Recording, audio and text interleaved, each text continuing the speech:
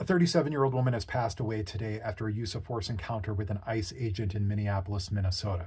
I'm a criminal defense attorney here in Minnesota with law enforcement training and experience. I'm going to be breaking down the video and what we can glean from it.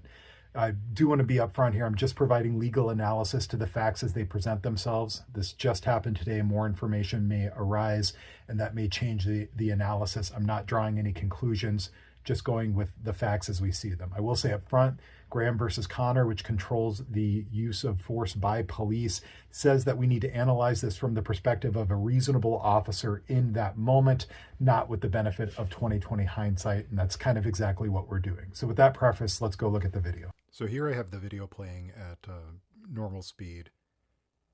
I've removed the audio, but you can see the ICE officers come up. Here's where the use of force is, and then the vehicle goes and crashes.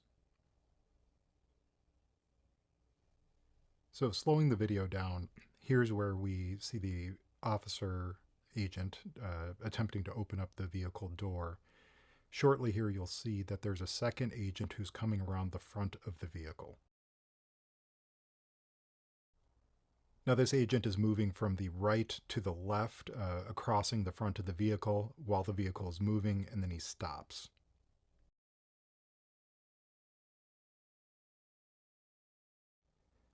The vehicle starts advancing towards the officer. He draws his weapon, and this is where the first round is fired. It should be noted that this person was not a target of the investigation. The administration, the ICE and the Trump administration are claiming that she was a protester or a domestic terrorist. The family disputes that, says that she was not a protester. We don't really know what her involvement is here, but we do know she was not the target of an investigation. But as she starts advancing, the officer fires his weapon. Now, under Tennessee versus Garner, Graham versus Connor, you are not allowed to use deadly force on a fleeing suspect unless there is an imminent danger to life of somebody. In this instance, at least this first shot, the vehicle is approaching towards the officer. Something the courts are going to analyze is whether the officer's position there was reasonable and whether that force was required to prevent serious injury or death. After that first round, the officer then at this point fires a second round and then a third round.